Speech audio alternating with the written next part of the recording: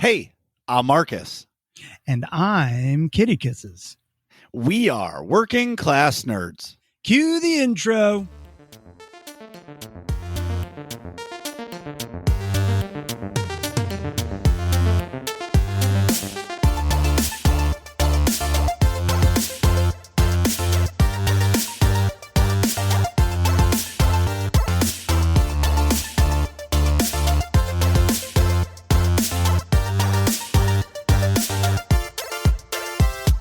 That's right. We're Working Class Nerds, the podcast that gives you no information about your favorite information.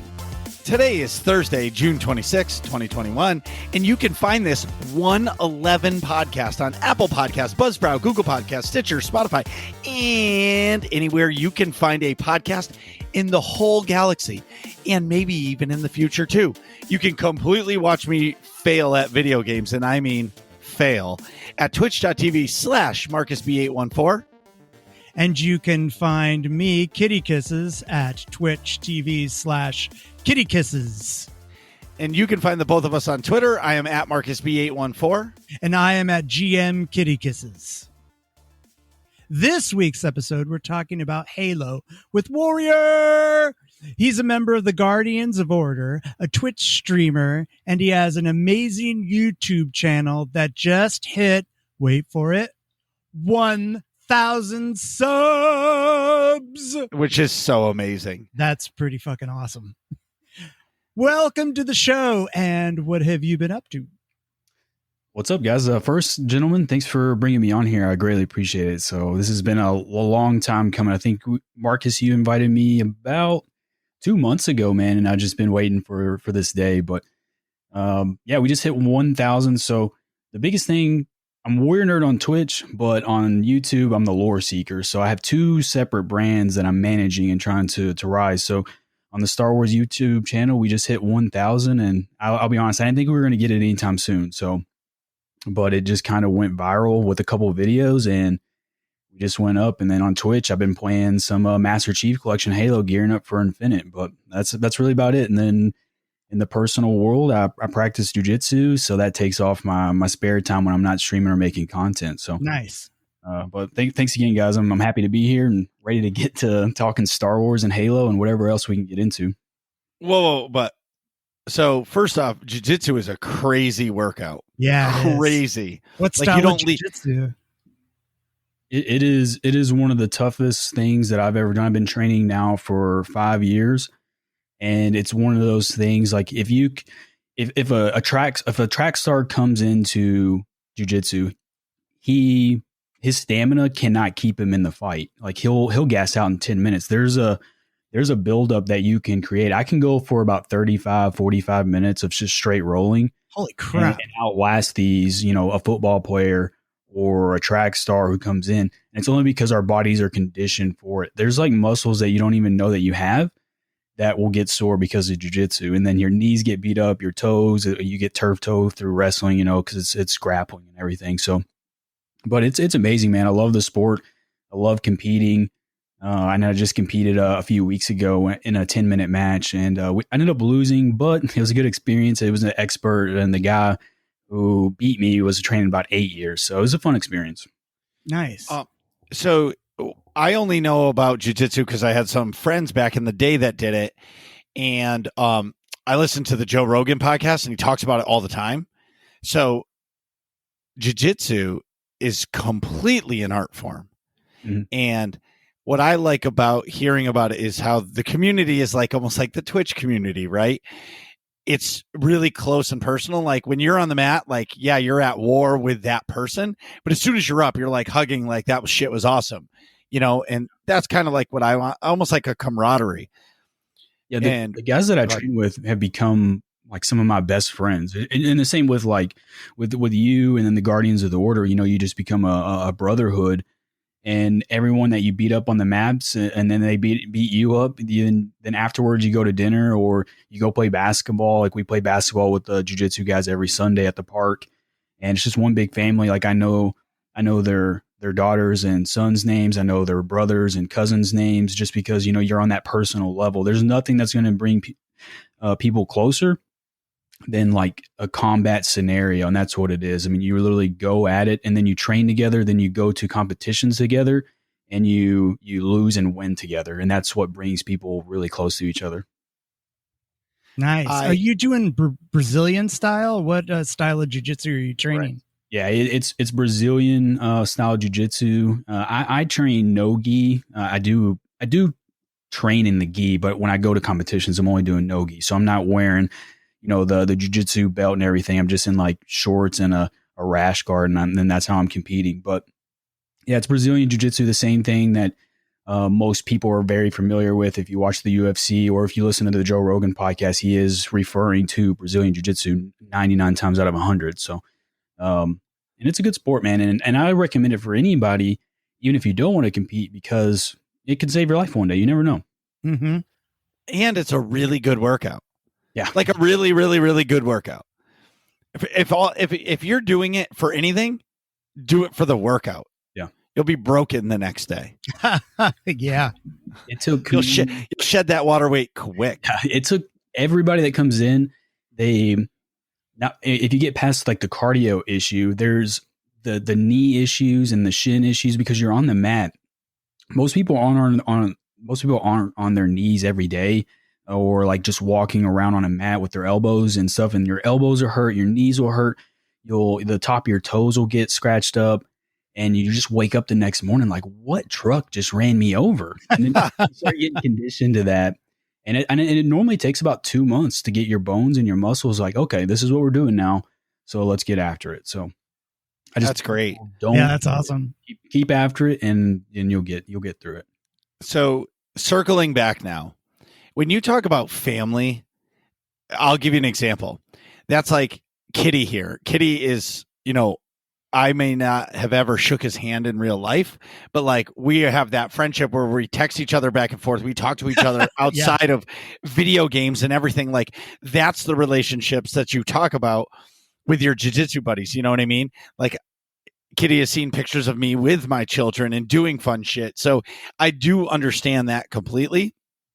And to top that off, you just kind of hopped over the fact that you just hit 1,000 subscribers on your Star Wars YouTube channel. That's awesome. Yeah, like that's crazy. Because how long ago did you start that channel? And because it really just took off like crazy. Oh, man, it's so the whole story and the shebang with that is, I started Twitch, and then I was like, man, I just want to talk Star Wars, and how can I get more people into my Twitch channel? So I was like, well, let's start a YouTube. And it started out as Star Wars Quick Clips, and I did that on July 9th of last year. So we're coming up on our 1 year anniversary. Awesome. And you nailed it, man. It was a long road, man. I sat in my room and I would work on these YouTube videos. I work third shift. So on days that I'm off, like I'm up till 5 a.m. trying to work on these videos. And I had a little bit of a doubt. I'm like, man, these videos are just not working. We're in the 200 subs. We're in the 300 subs, 400.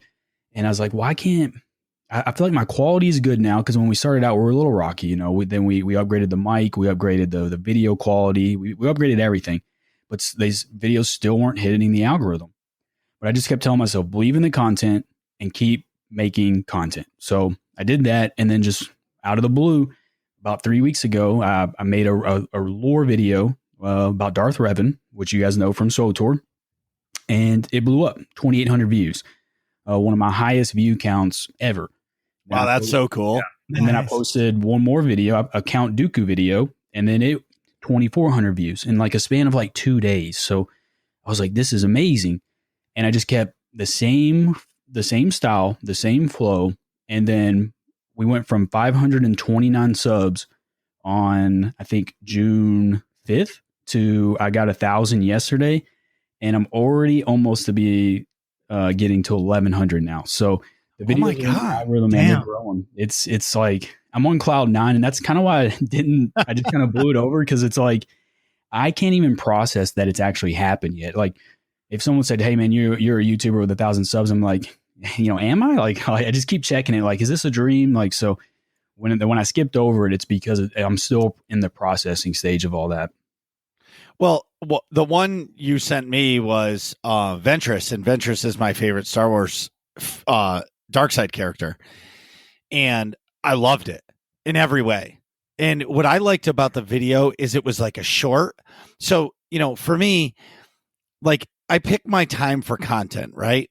Because if something is 30 minutes long, I know that like, okay, I'm either going to break this up into 3 sections, like 3 cuts, or I try to find the video that's 5 minutes, 4 minutes, 3 minutes, and you can just bam, bam, bam and enjoy that quick little bit of content to make you like get your Star Wars fix or your Halo fix or whatever fix you're looking for to, get you through to the next part of the day. Yeah. And you nailed it, man. You're the working class nerd. You don't have time to watch a 30-minute video, but you do have time to watch a 1-minute video while you're making a sandwich in between work, right? So then you can watch that video. And that's why I originally started Star Wars quick clips before YouTube Shorts ever existed. And it just wasn't working. I don't know. It just wouldn't hit the algorithm. But the Shorts algorithm not only brings traffic to my channel, but then they watch my older videos and they're like, okay, I like this Star Wars Loreseeker. I'm gonna sub to the channel, and it's been working. And I've replicated that now with Halo Loreseeker. We've had that channel up for now 2 weeks, and we're about to hit 200 subs. So, and it's the same vibes, the same style, except Star Wars lore, we have Halo lore. And I'm really excited, man, that I found the groove, and it took a long time, 11 months. So here we are. How long are your videos on average? I would say 3 minutes, about average. Cool. I am planning, you mentioned the 30-minute one. I am planning a very long form series, and we're starting out with Count Dooku. It's going to be about a 45-minute full canon and legends breakdown of Count Dooku. And that's because I like to make those videos. So why not, So just throw those out there too. Just give a little bit of everything. So what kind of software editing are you using for the video stuff? I actually just use DaVinci Resolve. It's free. I'm very familiar with the software. I can edit very quickly.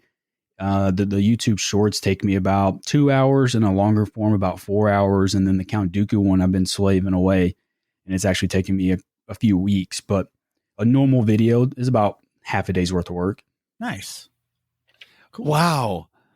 See, that blows my mind, right? But then again, it takes me 3 weeks to build somebody's kitchen. So I guess it's all relative, right? Right. The thing about YouTube that scares me is like you said, it takes 4 hours or 2 hours to edit something. And I think about it and I'm like, man, I could never do it. I thought about like taking a stream and just posting it on YouTube, like the whole stream. But I'm like, who's going to watch that?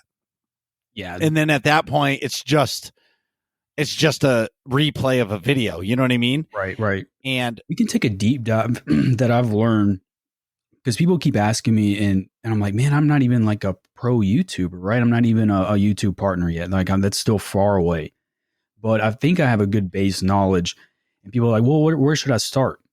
And the clips thing is not where you should start. You have to, does it provide value? Yes. But when you're a gamer, like, so you guys play SWTOR, and then various other video games. When you play that game, I would say after you played it for quite a while, you've seen it all, right? So in Halo, you get an overkill. Well, I played it so long. I mean, you have to really do something crazy for me to be impressed in Halo, just because I've seen it 1,000 times. So I'm not going to go watch a montage of Halo anymore. But what I will watch is something that provides value. Like, what is going to give me a reason to watch your video? Like, so new Halo lore that comes out, I'll watch that video. Tips and tricks, I would watch that video. Something that I don't already know, and click on it. So I finally found something that works for me, and I encourage everybody to do something that doesn't involve their stream. So for SWTOR, you could post like how-tos, like how to do this, how to do that, make a certain character. I think people would love that stuff. That's a great tip. I've been kind of wanting to get into the YouTube thing, so I'm literally taking notes right now. Yeah. And it'll be a grind, man. You have to figure out what works for you, your style of editing as well, and then you have to build that subscriber base. So a big issue, one of my friends, he was making all Star Wars content. And he made a switch, and he's like, well, should I switch now or whatever? I'm like, well, you have this many subs and they're all Star Wars fans. So if you just bring out your new content, it might fail, So, you have to learn your subscriber count. It's like the same as knowing your viewers on Twitch, right? So if you're all streaming Scroll Tour and then you go and stream Pac-Man, are they going to want to watch that? Because they're Star Wars fans and they only want to watch Star Wars content. So you got to weigh those options. Interesting. It makes sense. Makes a lot of sense. Yeah. Now, I'm sure, I don't know if you want to talk about this, but you think you'll change your name on Twitch to Loreseeker so people can find you everywhere? So that's a good question. And it's something I literally think about every day because it does get hard to balance, two brands. I have the aWarriorNerd brand and the Loreseeker brand. And for a long time, though, if you go back to Epic Game Hype and Battlefront 2, the aWarriorNerd brand was doing so much better than the Loreseeker brand ever was. And now it's completely flip-flopped, right? So now I don't think Loreseeker anybody has the name. Right. Now Loreseeker is just, it's blown up too. So I'm like, man, what is the option? And honestly, I don't have the answer. I need someone a lot smarter than me who's been through the content creation world to come and tell me and give me the pros and cons to each. I'm trying to emulate a lot of people that I see where I want to get to, like people who have multiple millions of subs and they have different, so like I'll use Star Wars Theory, for example. He has multiple Star Wars channels. He has Arcade where he plays games. It's called Theory Arcade. And then he has, Marvel page and there's various ones. And that's what I'm trying to do because going back to building your subs, if you have 1,000 Star Wars subs and then you start posting Marvel stuff, they're going to unsubscribe to you and not watch your channel. So that's why I have Star Wars Loreseeker. That's why I have Halo Loreseeker. And I'm soon to announce a few more Loreseekers as well and keep building that brand up. And those, I'm sorry, those are all separate YouTube channels? Correct. Or are they, okay, so they're not just your main one with like a subset. You're actually using 3 different channels. Correct. Yes. So we have Star Wars Loreseeker, Halo Loreseeker, and then the aWarriorNerd channel. And that's we're stream. Yeah. So that's where I do all my gaming, and then Halo will be focused on Halo lore and everything. And then Star Wars is all the Star Wars lore. It's just to separate those fan bases. And then Discord is a place where I bring them all together. So and they all hang out and just have fun in the general chat. Awesome. I'm learning so much. Well, so now you're talking to a guy who has a brand, right? So my cabinetry brand, you definitely want it all to be the same. Yeah. In my opinion, because if it's so easy, I'll give my own example. My persona, I mark as B814 everywhere you look, right? Just like for me, when I found out you had a YouTube, I looked for aWarriorNerd. I didn't realize it was Loreseeker until later. So for me, I'm like, it's a no-brainer. Get on the Loreseeker because, make the name change. People are still going to love it because they love you. You know what I mean? For a little while, you may have a little bit of like, who are you kind of a situation. And you just explain that, I was a aWarriorNerd. And as it goes, because you mentioned like the Star Wars Theory guy, and he has Theory Arcade and like all the other stuff. But the key for him is Theory, where yours is Loreseeker. And for me, I'm like, well, if you're a Loreseeker everywhere, then you're Loreseeker. Because I find that most people will understand as you grow. And before you're, because I'm going to circle back to the YouTube partner thing, but like before your YouTube partner or your partner on Twitch, like make that name change so you can push forward. Now, what does it take to be a YouTube partner? So YouTube partner I actually think it's tailored to people who put in the work way better than Twitch. So Twitch is like, we all know Twitch. You need to average 75 viewers. You need to stream on 12 different days, and you need to have so many hours or something like that. And that's a grind. That really is. It's very tough to get 75 consistent people to watch you for 30 days. On YouTube, you need 1,000 subscribers. So we check mark that box. And then you need 4,000 watch hours. Now that's a lot. I mean, that's a lot. So if you have 5 people watch your live show for an hour, that's 5 hours. So I mean, it's simple math, but that is it takes many, many, many videos to get that way. And Wow. as long as you keep making content and people watch your content, you'll eventually get there. And you have to do that within 1 year. So 12 months, 4,000 hours. And if you believe in your content and you keep posting, that will come. The more subs you build, the more they'll go back and watch your old stuff. And then it's going to be, it's compound interest. So the one thing that I've learned from YouTube as well, it's as a snowball effect. When it's rolling down the hill, that snowball is going to get bigger and bigger and bigger. And it's cohesive at that point. So just keep grinding, man. If you're doing YouTube, keep grinding. And the same with Twitch, just get after it, work hard. And I believe if you're doing those things, good things will come. Well, it sounds like you're really passionate about it too. So it doesn't sound like of course it can be a labor, but it sounds like it's a labor of love, which really, really helps. And then you break it up into 3 different things that you like. That's a great idea. So if you kind of get burned out on one thing, you can focus on another thing for a little while.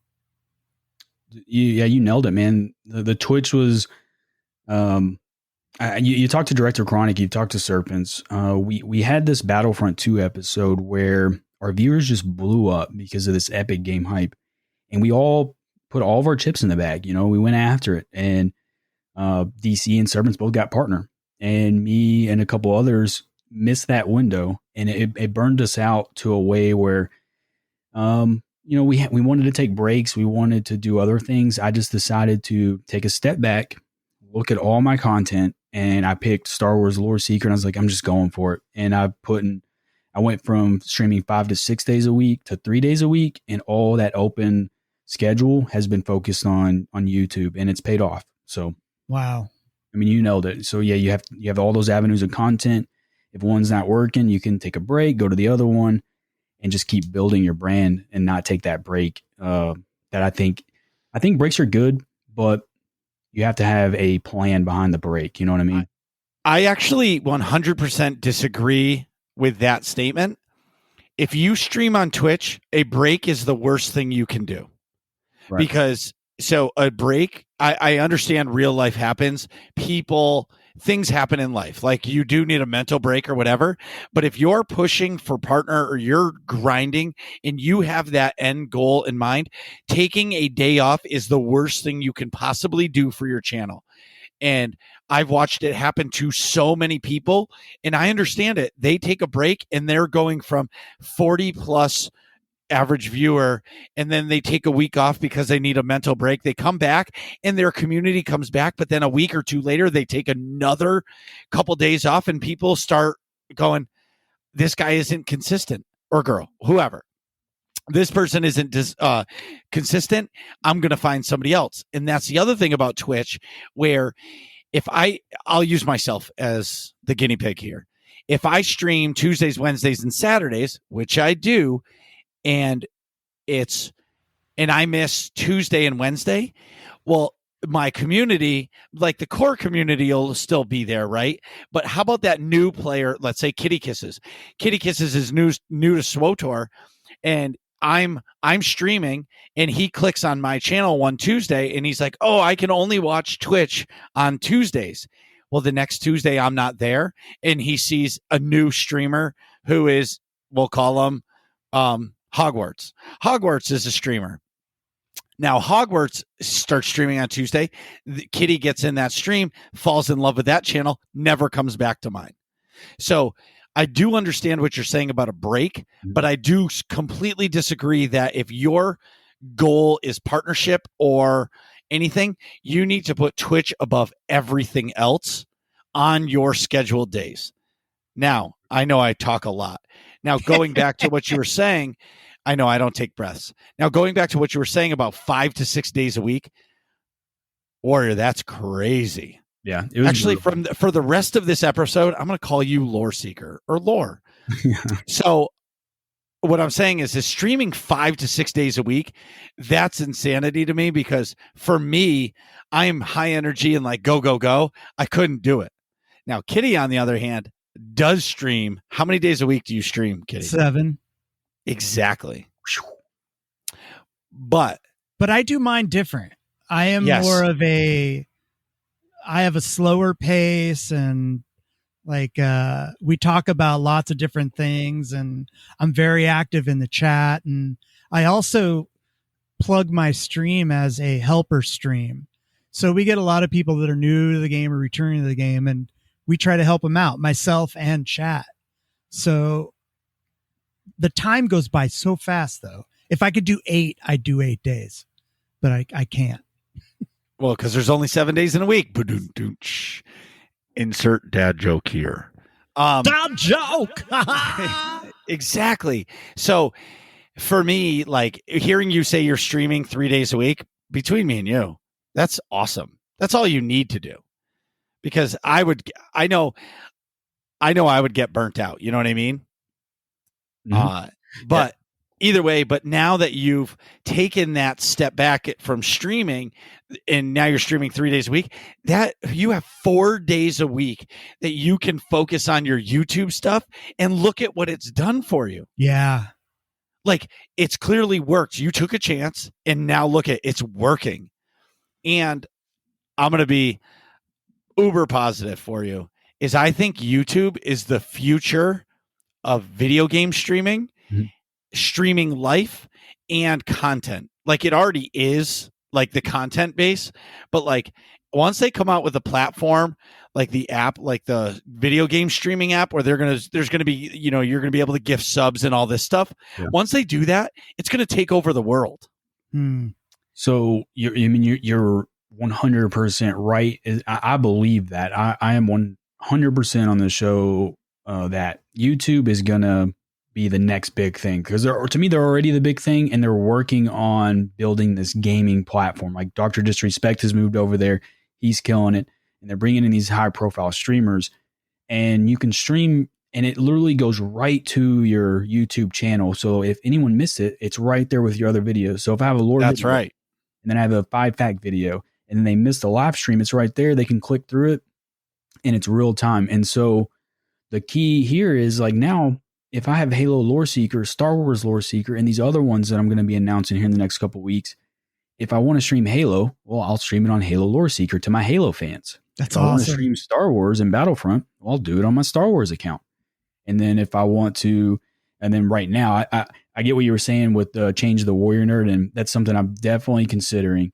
But right now, if I want to play, like I was playing Resident Evil, I would just do it on my aWarriorNerd channel, because all those fans, they know it's variety gaming on there. I play Resident Evil, I'll play Uncharted, God of War, and that's where they'll go for that. And then, of course, I have Twitch, where I just mainly stream Halo right now, because you guys know on Twitch, you got to keep that same game and community, or unless you're just going to go full variety. So I play Battlefront, made the switch to Halo. So that's what we're trying to do over on Twitch. But with YouTube, man, you're nailing it. It's so convenient, and that'd be the ultimate goal. Question about YouTube.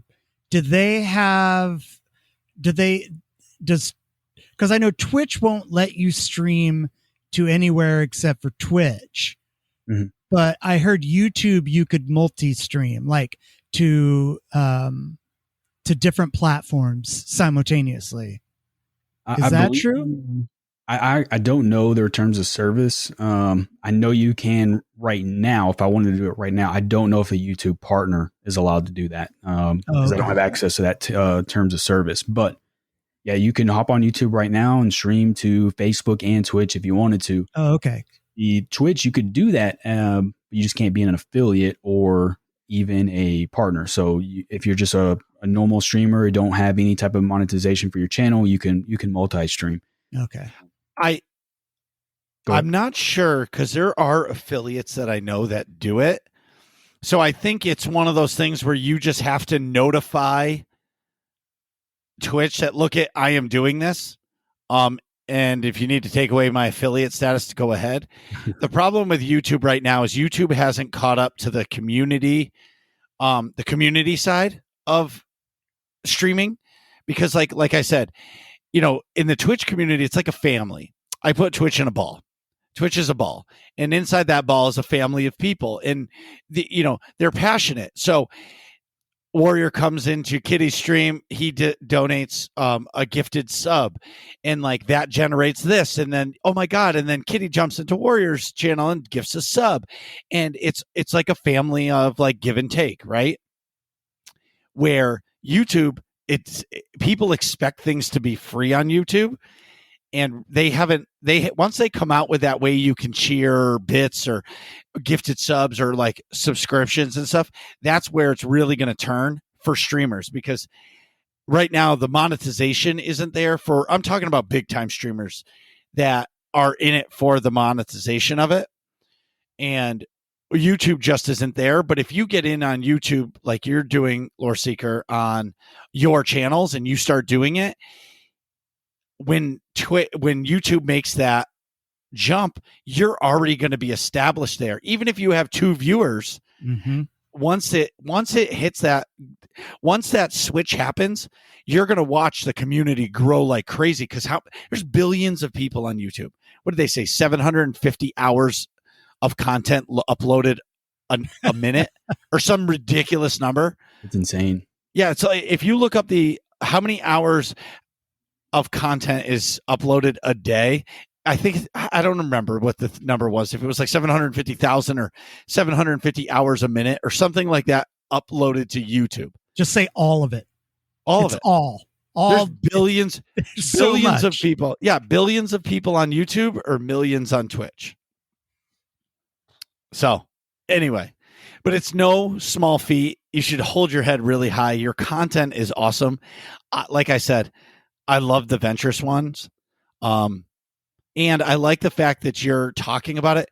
Something I hope you touch on someday is like you talk about some of the old Legends books, because like Heir to the Empire is still my favorite Star Wars book of all time, because after Return of the Jedi, there was nothing until Heir to the Empire. And that's when Thrawn was like there. And that's my Thrawn.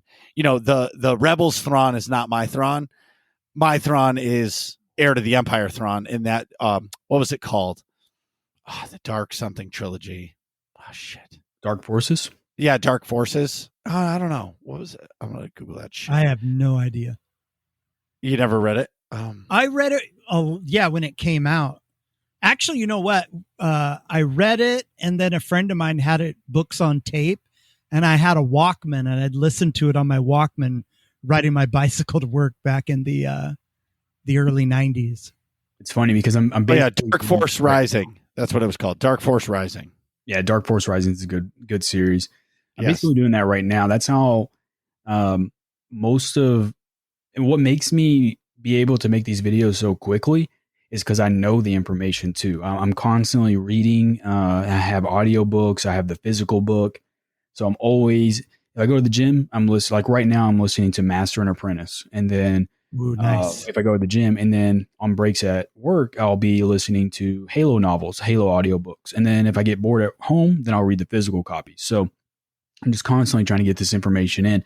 And it makes me, when I'm typing these scripts up and going and making these videos, it just makes it so much easier to actually know what you're talking about instead of having to look it up and, okay, that's what it is. You know, I always like to fact check, but it's good to know if the facts are right going in and just skim over and be like, okay, it's cool. We're good. We can put that in the video. Man, Awesome. I have a huge smile on my face right now, Warrior. You are living the life, and I love it. Except so awesome. Kitty, the one thing that I heard that I didn't even touch on is you work third shift, right? Yeah. I tried that shit for 3 weeks, and I'm a born to be first shift, 7 to 3:30, 7 to 5:30, whatever that day shift is. And here, like, I tried the third shift for 3 weeks. I couldn't do it. I finally went to the boss. It was a great job. I was all set for the rest of my life if I could have stuck around, because it was a state job. And I went in one day and I talked to the manager and I was like, look, words can't express how much I love this job. I can't drive home from work and watch my friends go into the job site. It's not in my brain. And he goes, do you know how many people have told me that? They're just not night people.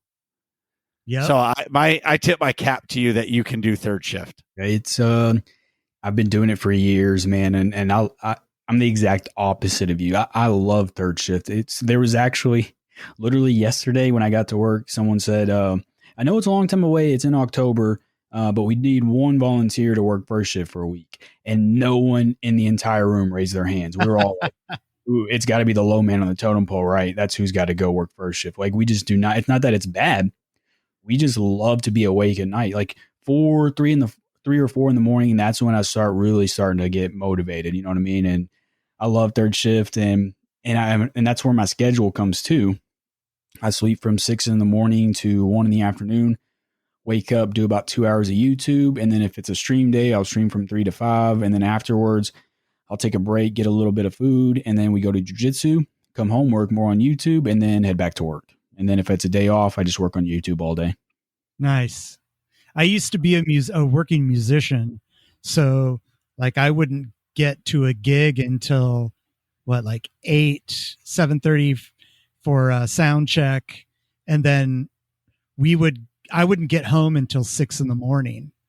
You know, we'd go out and party afterwards or whatever. And I loved it. It was just one of the most happiest times of my life. But I turned into a morning person at some point, and now just the idea of staying up past midnight just makes my bones hurt.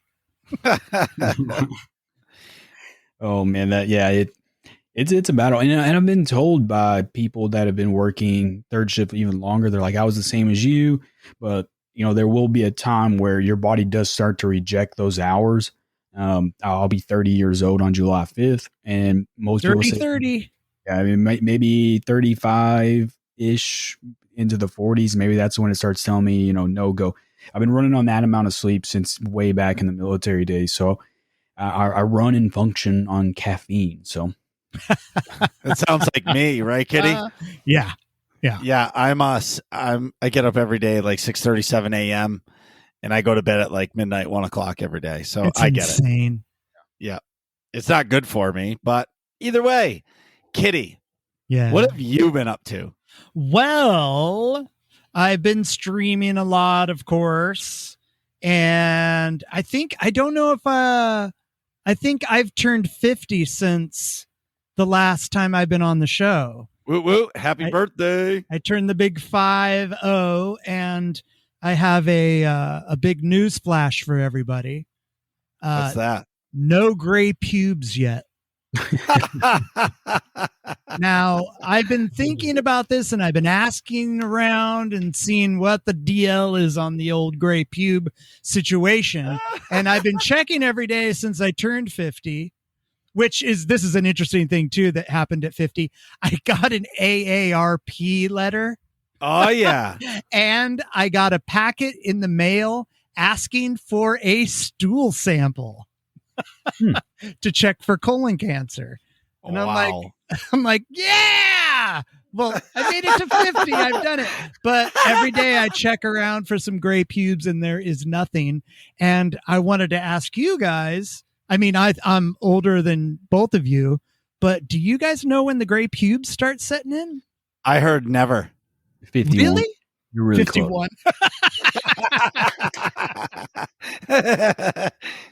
Yeah. That's so awesome. Well, what's your new tune in SWTOR? Oh, I finally finished my Big Boy series. And so I made a character, a smuggler, and her name is Little Kitty. And Lil? No, Little, not Lil. Little Kitty. Little Kitty. I don't know why I think it's because Lil is he's one of our buddies, Marcus and I. He's on Twitch, and I don't think I can ever do a Lil anything anymore without thinking of Lil. Yeah. So she's Little Kitty, and I forgot how much fun Smuggler is. It's really, really fun. And I've been, I play really, really low key, slow, do all the quests and all that.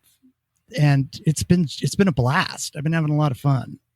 Well, I think with you streaming every day, you almost need to set that pace right? Yeah. You need to be a little slower, enjoy it, a little more methodical about the quest and questing, and do all the quests, because if you just did the class quest, you'd blast out a tune once a week. Yeah. Boom, boom, You're boom, right. boom, boom, boom, boom, and it would be over, and you'd be like, and every week, if somebody could only, I'm going to go back to the every Tuesday watcher.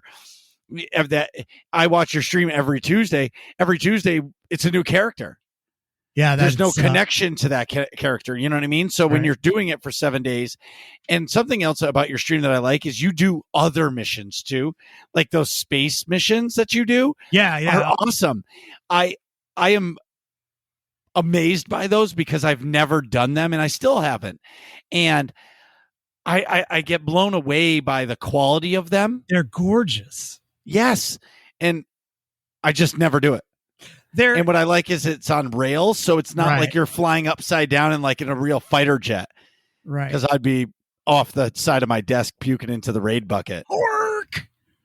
Yeah, back in the day when I used to, before I was streaming, I would load into game and fire up the on-rail space missions, just kind of like my morning coffee, getting warmed up to play. And they just kind of have this really calming effect on me.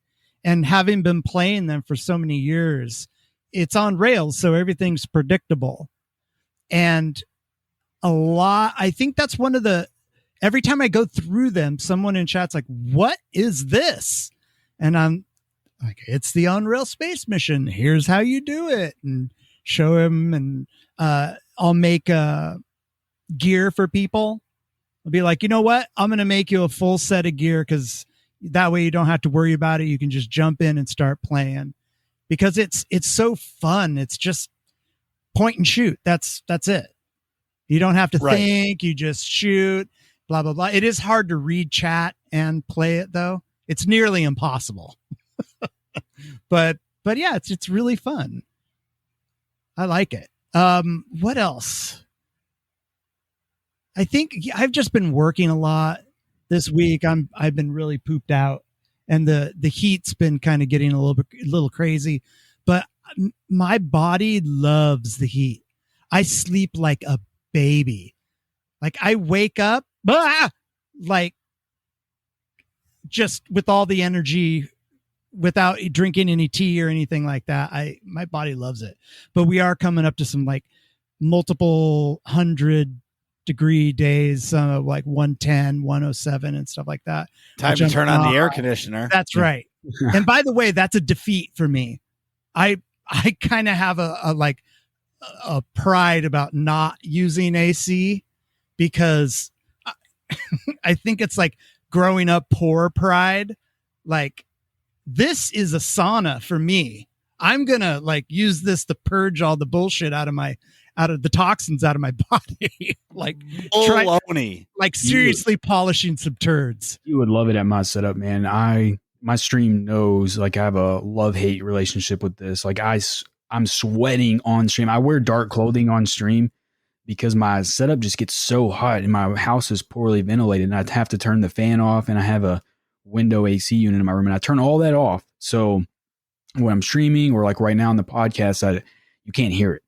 Because if not, you just hear that annoying buzzing sound in the background. No matter, I have the Shure SM, whatever it is, the high quality mic, just like Director Chronic has, and no matter what, you can hear that air conditioner. I've tried every setting, so I always have to turn it off. And you have to get a limiter. Yeah, I was just gonna say, So after the show, I can teach you, or Kitty and I can tell you. After the show, we'll tell you what to get. You buy it, you'll never be hot again. Because, man, I'm struggling. Problem will be fixed. Kitty is a sound expert. Yeah, I have 3 fans on right now. I don't know if you guys can hear them or not. No, but I have it set up to gate, so if there's like, my microphone will only pick up a certain decibel. Anything below that, and it's just doesn't exist to the mic. But those I know exactly which one you're talking about. Those are great microphones, but they'll pick up a mouse fart like in the neighbor's house. They pick up really well. But that's about it for me, Marcus. How's it going with you? Holy cowabunga. So should we talk stream or should we talk gaming? Ooh, I don't Is that the know. same or is it different? Yeah, I know. What's going on? All right, so let's talk gaming. I am completely in love with Destiny 2. Like, I never thought I would like a game as much as I like Destiny, like other than SWTOR. So it's perfect that Warrior's here and me having this conversation. So growing up, Halo was the game.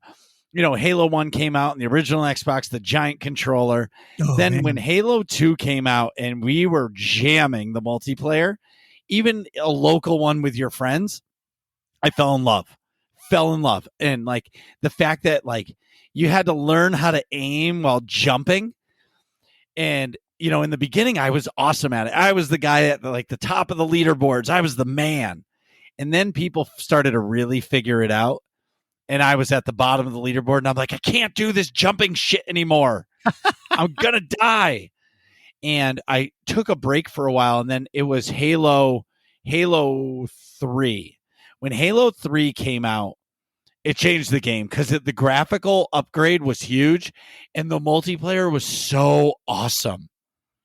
And for me, like, I was just like, this is fantastic. And then, you know, my favorite Halo game of all time is Halo ODST. That for me, that was the game because you weren't a Spartan and you weren't invisible. You were just like a regular soldier. And I don't know, I love that game. But anyway, Destiny is made by Bungie, who created Halo.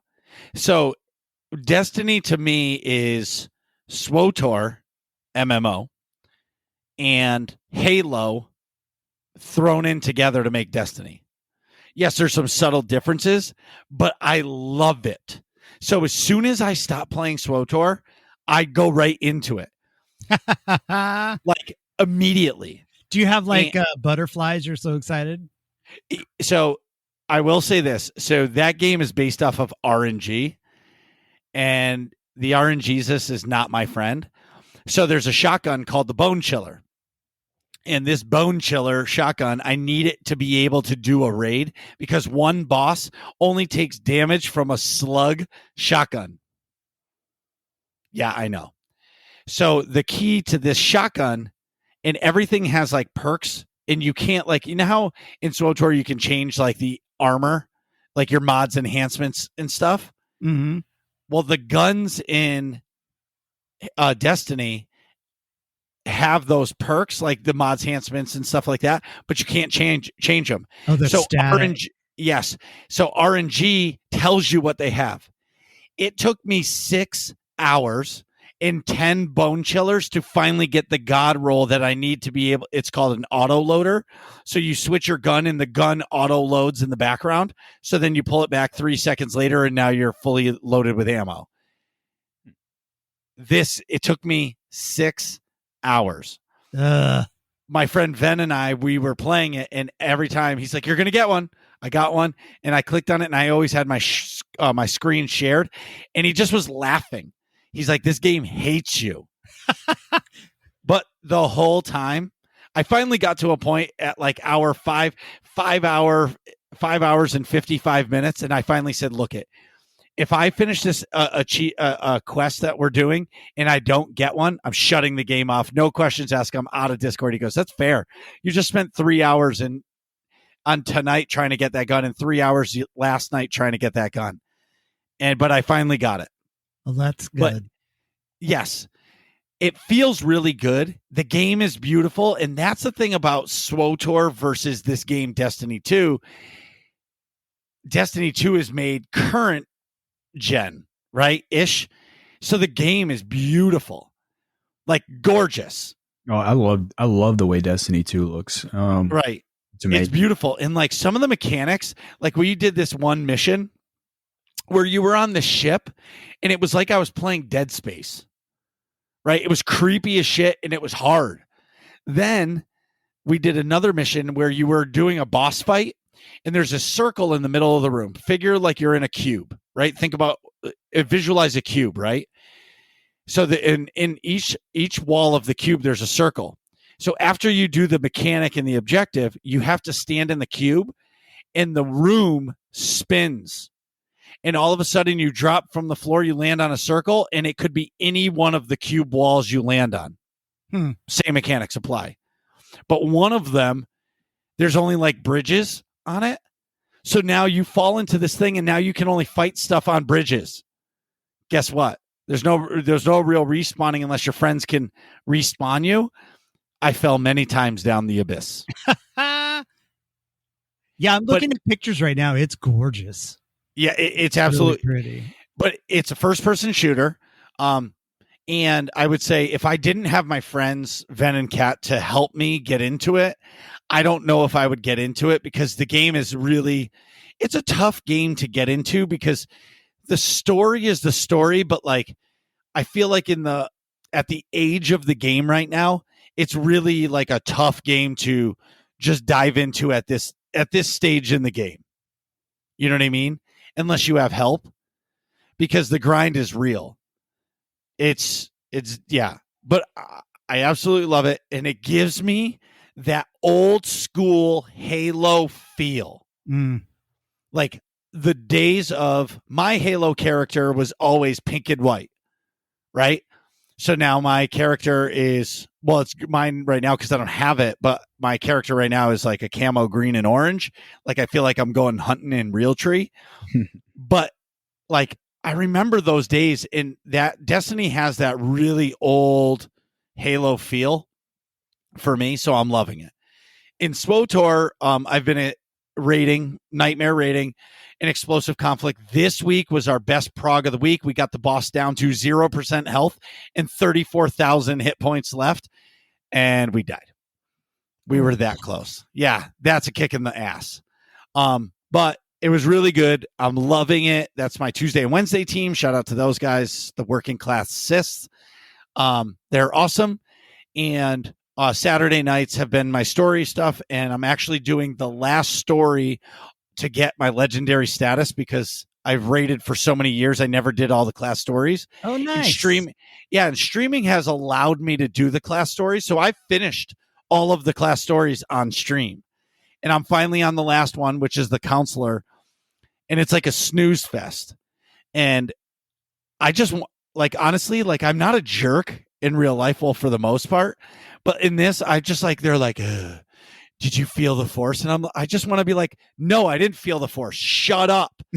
I want to do it my way. Just shut up with this goody stuff.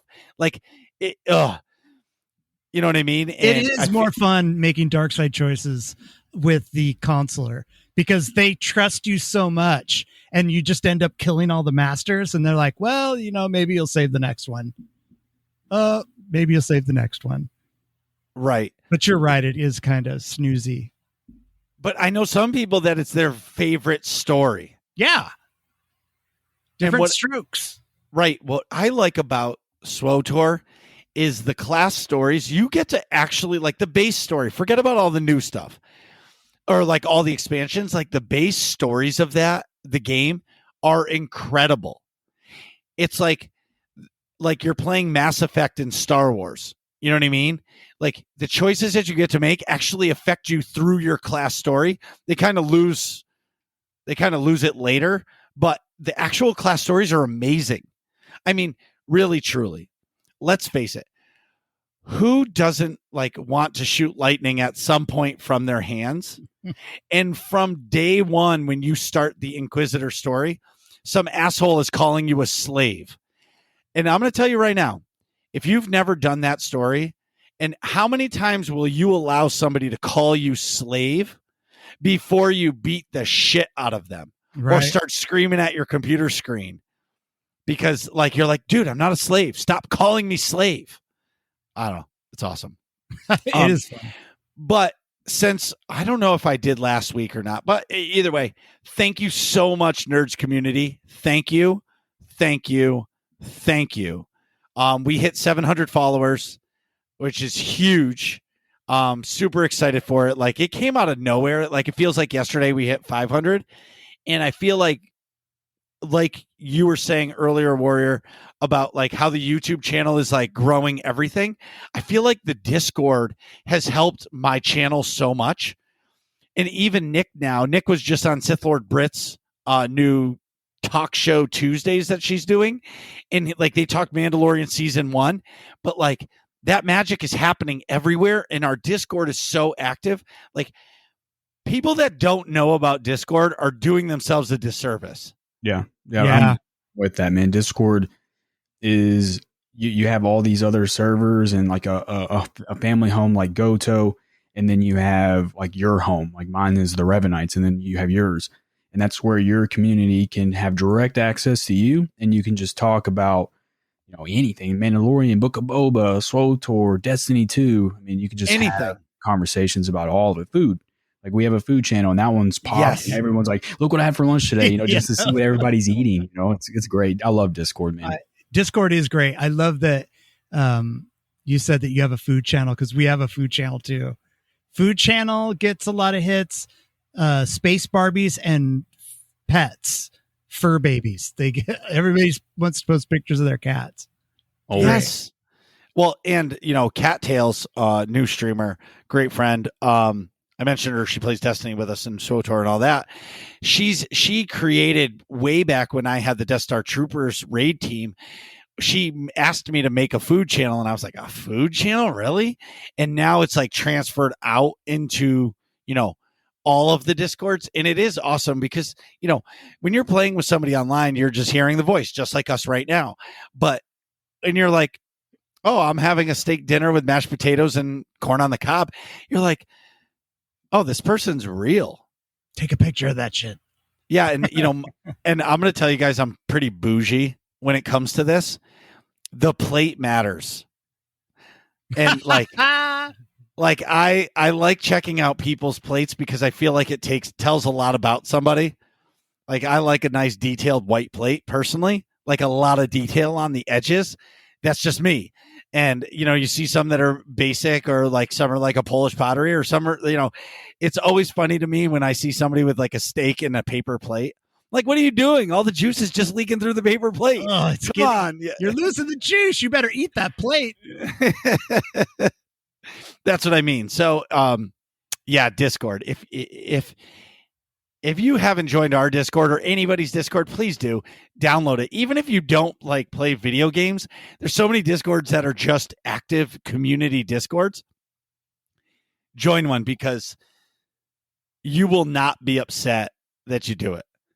The hardest part for Discord, though, is keeping up with all of the Discords. You can't. You cannot keep up with them. No. I know some friends who try to. I don't know how you do it. That's like a full-time job in itself. Yeah, I don't see how you could, especially if you have a community that's really, posting a lot. I have no idea how you could do that. I'm not even talking about your own channel. Your own channel you can watch, but how about the 40 other Discords you're in? No, I'm just even talking about mine. I can't keep up with mine. There's shit going on all the time. And I'm the kind of person that I put my phone down, and once I turn my computer off, I am out of it for the next 10 hours. So I come back and I can't keep up with all this stuff. But you know what? I don't need to. Have fun with it. That's what it's there for. Yeah. Luckily, my Discord knows I work third shift and I have it muted, but I always wake up to chaos. I'm like, what have you guys been doing in here? Like I look at general chat, I'm like, where's my mod team? What is going on in here? But it's all good fun. And they know it. Like there's like a revolving game that they play. Like, what is Warrior going to wake up to? And I'm just like, oh, here we go. So I love Discord, man. It's a place to keep building friendships beyond your own content. So right. Always a proponent of Discord. Well, and it sounds to me like you said your Discord is called the Revenites. Sounds like it's going to be called the Loreseekers. Yeah, I got a lot to sit back. Boom! I'm coming out with the guns. Let's connect the dots. Anyway, last thing, I want to shout out to Serp. Thanks, dude. You know why I'm saying thanks. You're awesome. I appreciate the shit out of you. You're awesome. And last thing, Kai for partner. Kai for partner. In SWTOR news, nothing. Crickets. Wah, wah, wah, wah. Sounds like Battlefront 2. Guys, BioWare, you're hearing me. I know you listen to this. It's June 24th. More than half of the year is over. We're in 10th anniversary. Can we please get some news? I would really like to start talking about the 10th year anniversary stuff. Please. Pretty please. Thank you. Moving on.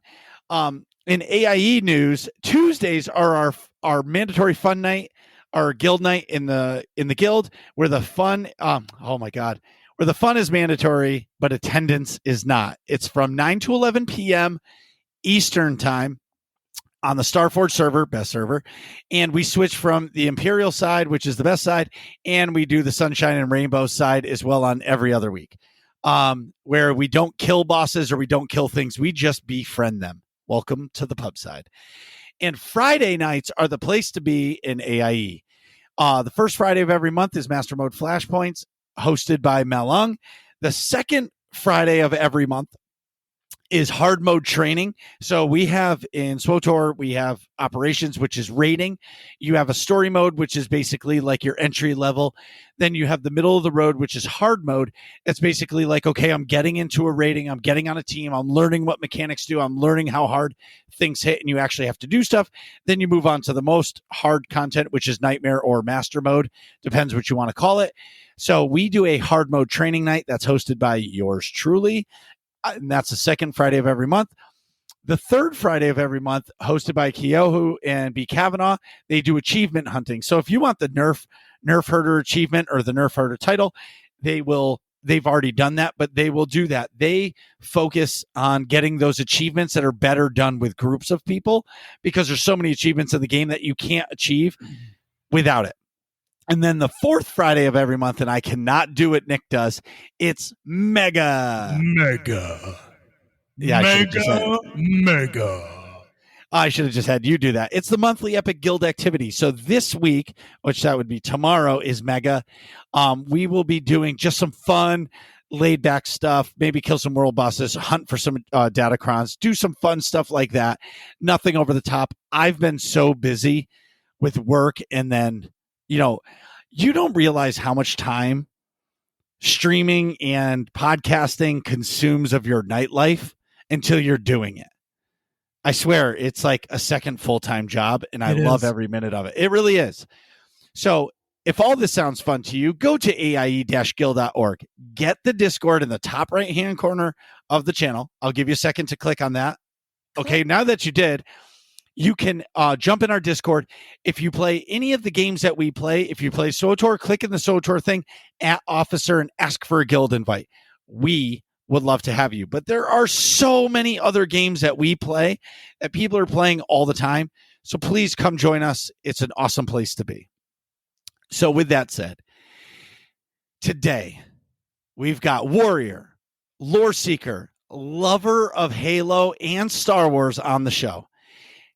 This has been a long time coming. I'm so excited for it because I found Warrior through SERP, and we were talking because when he created Guardians of the Order, I was blown away. I was like, whoa, there's 6 awesome people who have come together to create a Twitch team. And before this, I didn't even know what a Twitch team was. And then right after that, it kind of all clicked together. And Warrior was on this Twitch team called Guardians of the Order. And obviously Chimeri, great friend of mine, he was asked to be on the Guardians of the Order. And I was like, what the hell is Guardians of the Order? So then I started looking into it. And I was blown away by how tight-knit your community was. And this is how I found Warrior. So I started watching a stream. And Warrior, you are I would say, you are, I don't want to say a polar opposite of me, where I'm very loud and animated, and you're so like mellow and precise compared to me. It's actually calming to watch your channel, and like I enjoy the hell out of it. Me, I go fucking bananas. You know what I mean? And you're just like even keel. Like, I don't know what you've done in your life to make you so even. I wish I had that. Yeah, my streams are notorious for being like relaxed as can be. Like we just like to chill and hang out.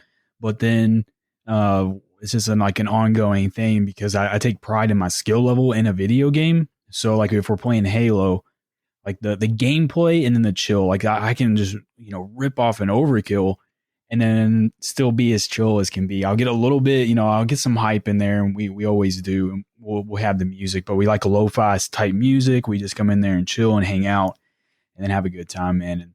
And those are the vibes we created. And I think the mod team, the VIP team, and then our normal viewers, I think they've all accepted that. And we just come over there the afternoon chill sessions because like we normally stream around 3, and then we're just hanging out, man, just having fun. Okay, the most important question. And Kitty, feel free to ask any of the questions in the list. Okay. Okay. But the most important question, who is your favorite Star Wars character and why? My favorite character, and if you just the Discord name, if you see Loreseeker, the characters everywhere, it's going to be Revan. I love Revan, man. I love his character from Knights of the Republic. Playing through that, and then just the mysterious vibe that he has after the games for so long, and then we finally get the novel, and the novel's okay. It's not the best book, but I still.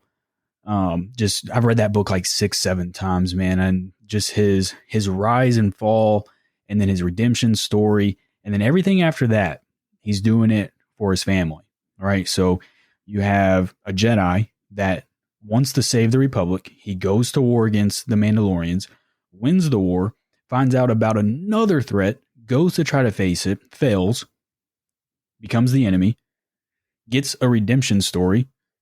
Then he succeeds, and then he finds another threat, and then he just drops everything. His wife Bastila, his new son that he's not even met. She's still pregnant with his son, and he's like, you know what? I have to go save the galaxy, and I have to save you. So here I go again, and then he fails again. So he's not the perfect hero. Like he doesn't win everything, right? He's not always going to save the day, and his quest to save Bastila ended up putting him in a jail cell for 3 years. He escapes for a couple of days and then gets put in another jail cell for 300 years. And that's where we see him in SWTOR. So I love it, man. His story's amazing, and he's always trying to do the right thing. And that's why I think he's a good character, man. I have a question for you about Revan. A lot of people want to see like a Revan movie or a Disney Plus TV show, and I kind of feel like the story of Revan is fine the way it is. Yeah, me too, man. Like they'd only mess it up. Right. I do not. Revan's my favorite character, but I do not want a movie or a TV show. Yeah, me too. This is how Revan needs to come to life. You can do a Darth Bane trilogy. He has 3 books. You can do a trilogy, and you can refer to Revan through word of mouth and lore. Like say you're Darth Bane and you're walking through the Temple of the Ancients, and then you find Revan's holocron, and then he gives you all the information. Or there's hieroglyphs on the wall of Revan, and in the story of Revan, and then you can just do word of mouth. Like, hey, have you guys ever heard the story of Revan in the Mandalorian Wars? He fought Mandalore the Ultimate in single combat and won. He has, and all these. That's how you can do it. You can do a full old trilogy or Old Republic segment in Disney Plus, and just refer to him and make him this character that he's supposed to be, a bigger than life character that people always know about, and they just hear about it, like the story or like the legend of Skywalker. Now it's the legend of Revan. And then maybe way down the line, if you have all that cohesive type lore there, then maybe you could do a movie. But even then, I think they should just go with Darth Bane. Yeah, Darth Bane would be perfect. But I agree that story of Revan is awesome the way it is, and to kind of get glimpses of it from another story would be a great way to do it. That would be awesome. Well, I do agree, but I feel like we are getting a Revan story. They are making Knights of the Old Republic remake. I feel I have 2 sides to this coin. first side is I'm excited that they are doing it. Yes, it's just a rumor, right? Just a rumor. But for me, I'm excited for it because it's going to make Revan canon. And then potentially, this is selfishly, people are going to want more Revan. They're going to play SWTOR. Yeah. And that's what happened with Battlefront 2. Right. People, Mandalorian comes out, it's hype, and then they're like, man, I just need to play a game. So they all go back to Battlefront 2, and that happens. But with SWTOR, which is getting consistent updates, if you have an Old Republic style content come from Disney, yeah, your game is going to blow up from there. Mm-hmm. And yeah, Revan is definitely the character that you want to spearhead that movement for sure. He's the biggest character outside of any Skywalker saga character. I mean, he's huge. Everybody knows who he is. And if you don't know who he is as a Star Wars fan, you definitely heard the name at least once. Well, especially in the Old Republic, he's like the big name. Yeah. Let me ask you guys this. So with Star Wars basically saying any content that comes out is canon, if they remake KOTOR, clearly they're not going to be able to make it so there's two endings, right? Right. If they do have like that type of game, there would need to be a clear cut canon route, and it's the same. So back before Disney bought everything, the Star Killer had two different endings, but everyone was told that the light side Star Killer was the canon version, right? So if you do the dark side and you end up killing everybody, then that's because it kills the Emperor, right? And it's the same in Revenge of the Sith. So if you play that video game as Anakin, you can kill Kenobi and you can also kill Palpatine when he arrives on Mustafar. So it's clear cut night and day that is non-canon. But with the way the world works now, you can't have misinformation out there. So I think they would need to have a set story that no matter what you choose, it still has the same, theme at the very end. And which makes me a little worried for the game because BioWare is not making it clearly. Well, this is all rumor mill stuff, but I feel like I don't know, I'd want to play it, but I don't know if I'm going to want to play it because KOTOR is my game. Mm-hmm. But at the same time, KOTOR came out so long ago. I tried to play it, and I'm a bougie graphical whore. I like details. I like my games to be pretty. And circling back to KOTOR, it's painful for me to play. Yeah. I don't care how good the content is because it's the best or one of the best games ever made. But going backwards to that, just trying to find the switch on the floor, it's where did that little tiny Lego piece go on the floor? And I'm squinting to try to find it. You know what I mean? But I do understand where if Disney is a business, which it is, they want to make money on it because they know that if they remake that game and they give it a 2020 graphical update, it's going to sell like crazy. Oh, it's going to sell like crazy. We've become accustomed to the finer things. I don't want to go back and play the first Doom graphics ever again. Already did that. Or Wolfenstein 3D. Right. Oh shit. So anyway, Warrior, so when did you first play Halo? I've been playing Halo for 17 years. Holy macro. Yeah. So, and I was invited over to my buddy's house and he's like, hey, I have the new Xbox. I have Halo 2 and you want to play? And I'm like, I don't think so. But I guess if that's all you got, we can play it. Because I was a PlayStation guy. So we hopped on and he clapped me, man. Beat me 10-2. And I was mad because I'm a competitive person at heart, whether it be basketball, chess, ping pong. I want to win. So I went home, talked to my grandma and mom. I was like, hey, how can we get an Xbox? I know because, we're not a family that you can just buy whatever they wanted back then. And, you got to mow some yards. We can sell the PlayStation 2 at the local thrift shop and use that money to buy an Xbox. So by the time I went back to my buddy's house 3 weeks later, I had a new weapon, and that was time on the game. And then I beat him. And I loved it ever since, man. The competitive aspect of Halo is what really kept me in there. And then from there, I started playing the story, and then the lore just kept taking it from there, man. And I just love Halo. And from day one, just the competitiveness, competing. I've competed in many Halo tournaments, and it just keeps bringing me back. I'm sitting here playing Halo 3 on stream, and that game's been out for so long, and I just never thought that I'd be playing a game this long, man.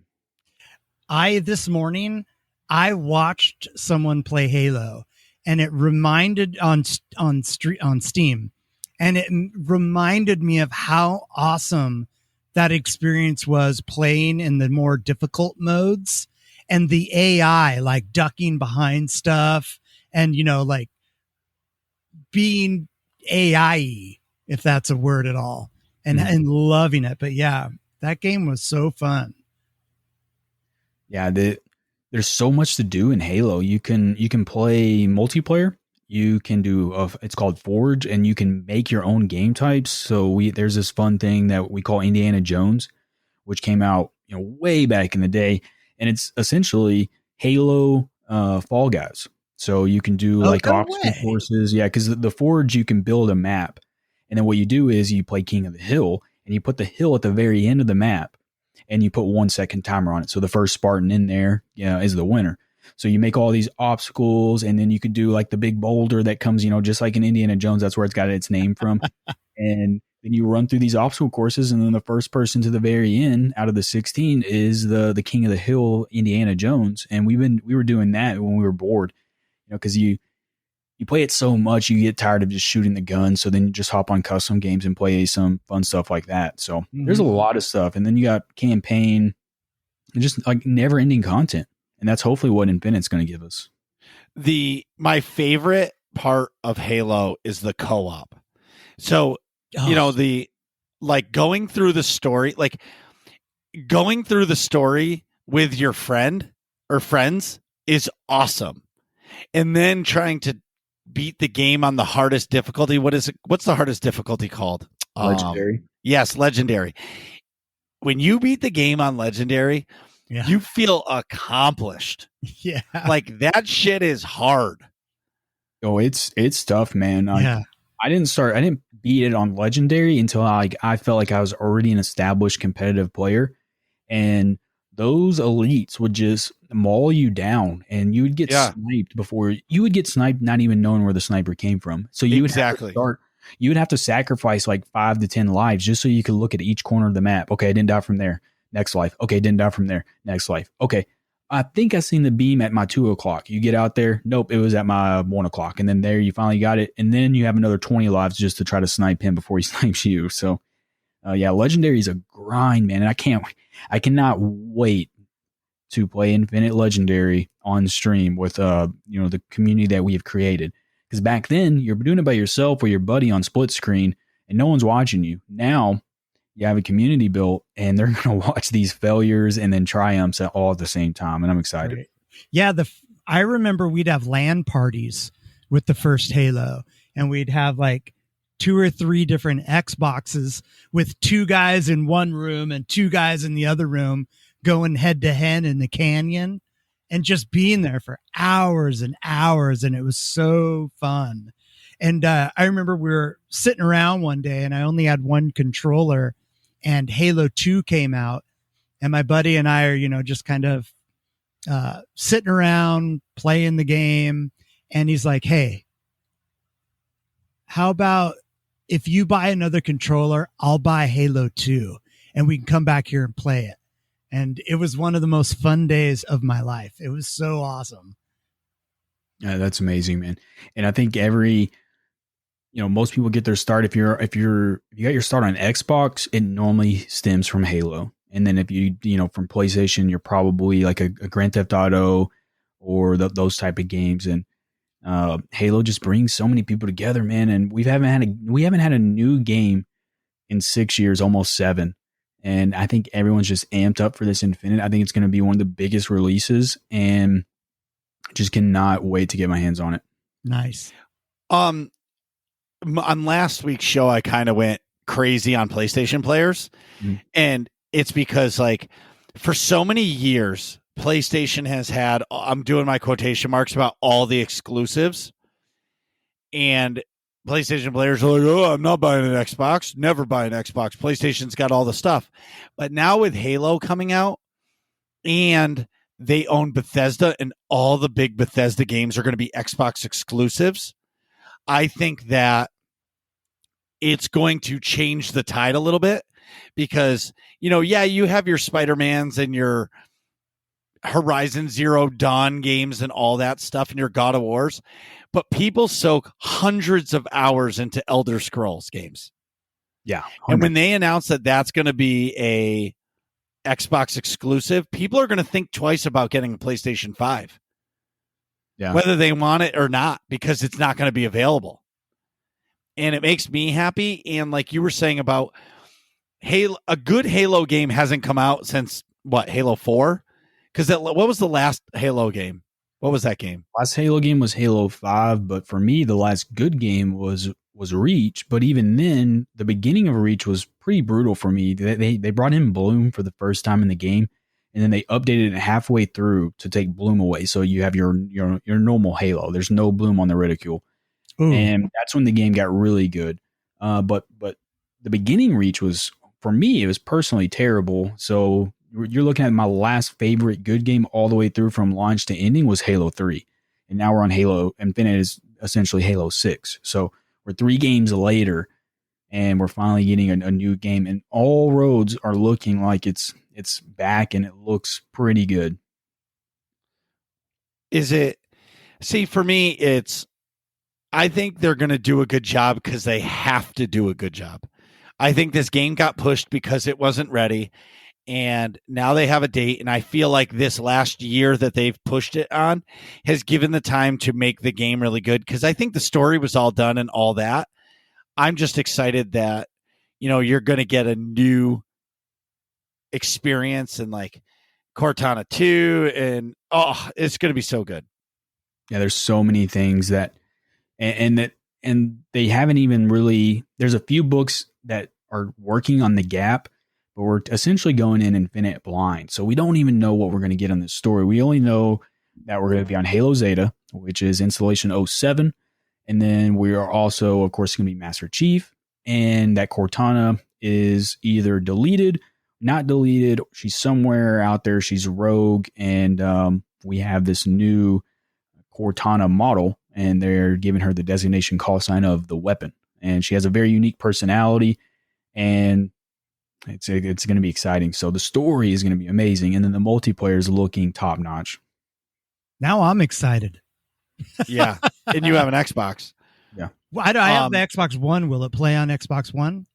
They are going to go with Xbox One, but yeah, it's going to be. I don't know if you played the new Call of Duty where you could play it on like the PS4, but you're going to be behind. Like anyone on the PC or the newer systems is just essentially going to be able to see things before you even know it happened. Even before it happens, right? So you're going to be, no matter how good you are, you're going to be behind every player that has the newer system, unfortunately. I can just get it for PC then. But you could still play the campaign and still have fun. There's going to be there's not going to be any of that in the campaign. Well, the only reason why they're coming out with all these games for the old systems because you can't get the new systems. Yeah. The new Xboxes and PlayStations are like impossible to get. Right. Unless you know somebody. So it does them a disservice to only release a game for the new system because they're not going to sell any copies because you still can't get the systems, which I don't understand how that's possible. But isn't it because of COVID? I don't the know whole at this chip, point. all the chips. No one's around to make all the new chips. Yeah, I would say that's part of the issue. And then maybe by next spring we could start having like an abundance of these new consoles. Hopefully. Yeah, fingers crossed. I hope that there's especially with CPUs and GPUs, that there's an overwhelming amount of them and they're nice and cheap. That would be great. Yeah. Well, either way, who is besides Master Chief, who's your favorite Halo character? That's a good question. I do like the Arbiter. but I also like Jerome, who is the main Spartan in Halo Wars 2.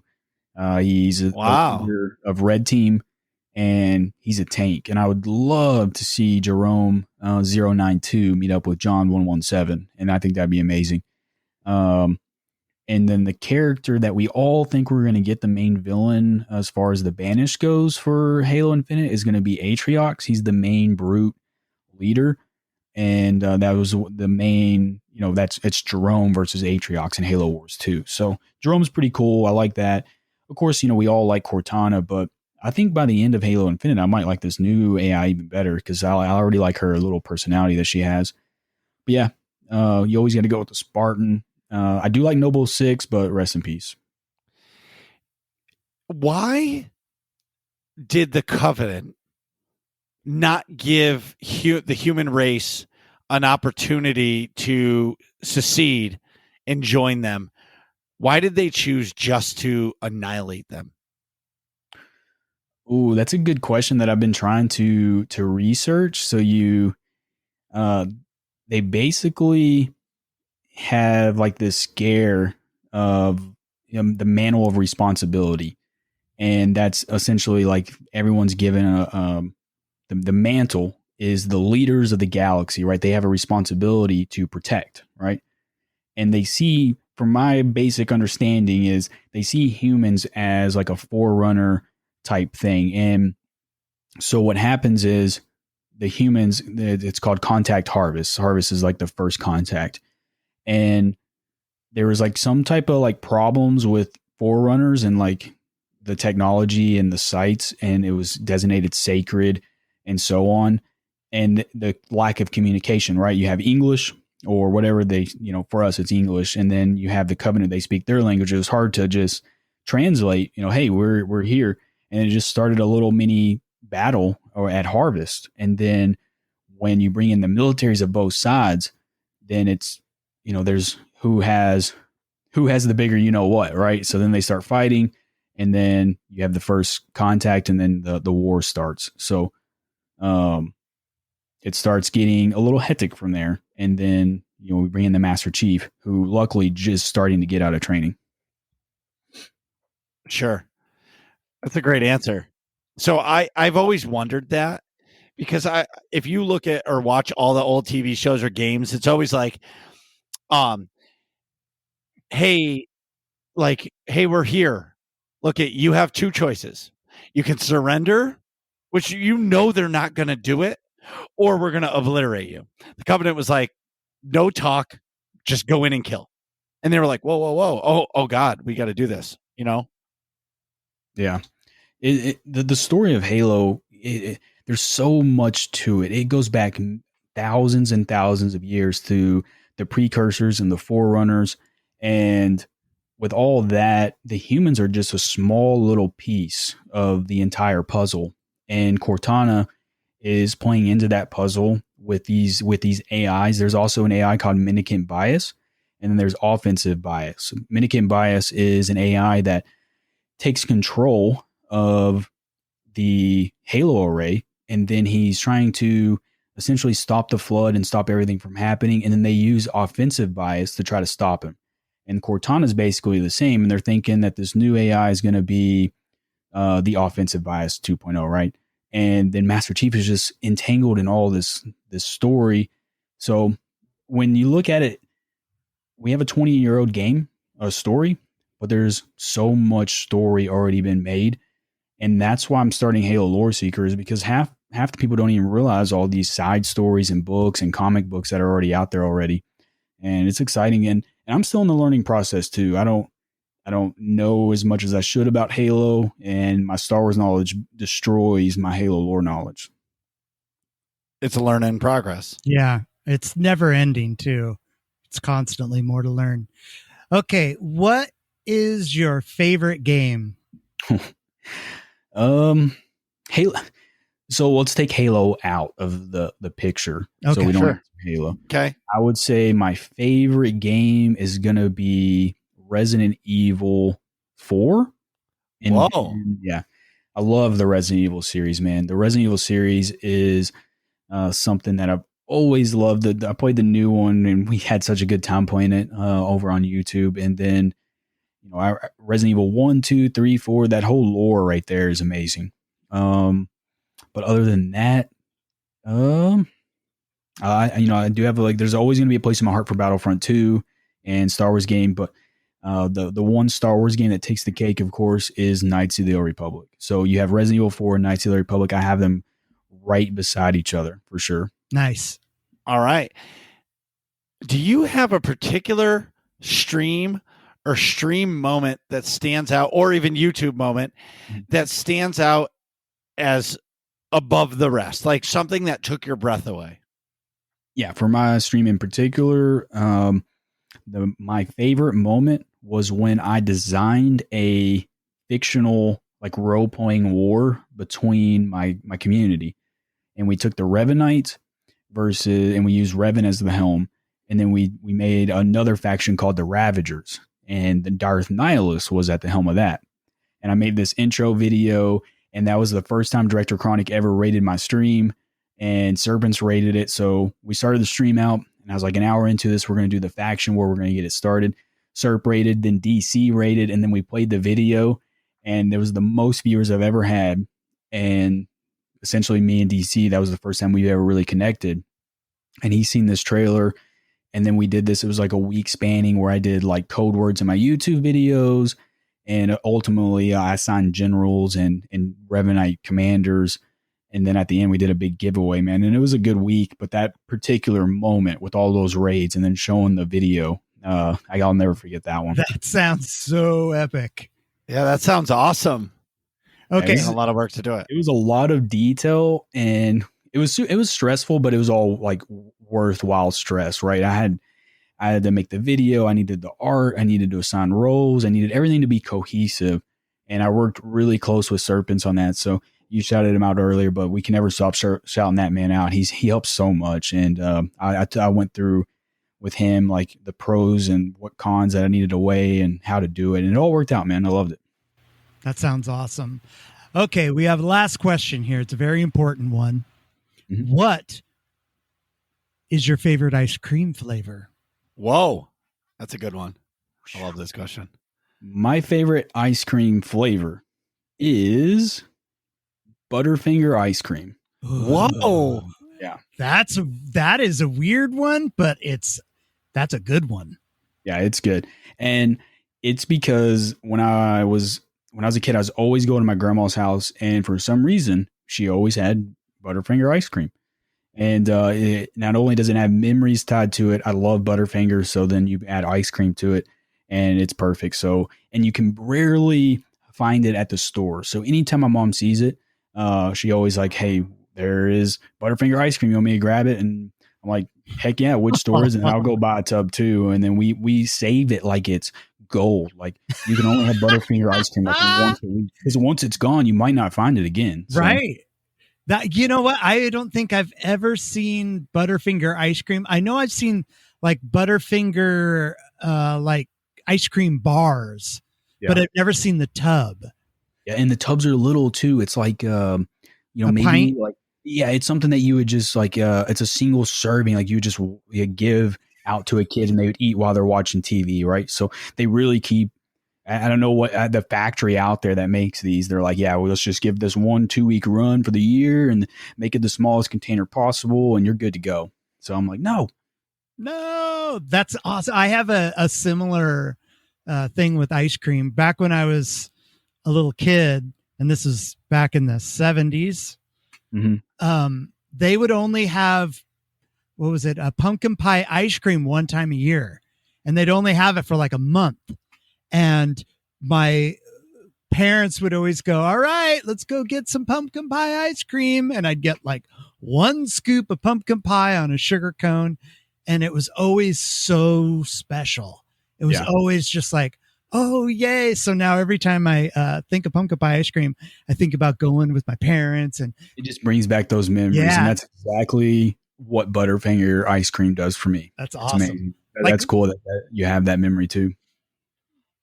Well, tell everybody, Warrior, where they can find you. So on twitch.tv/aWarriorNerd, Warrior Nerd. Put the A in front of the Warrior Nerd. And then on YouTube, Star Wars Loreseeker or Halo Loreseeker. And that's where you can find me if you want the Halo lore, if you want the Star Wars lore, if you just want to watch me game, then you can do that on Twitch. And then just type that into any database as far as Twitter, Instagram, and then I should be the first one to pop up as well. But yeah, and I stream Monday, Tuesdays, and Thursdays right now on Twitch. What are you guys talking about in here? Find out next episode of Working Class Nerds.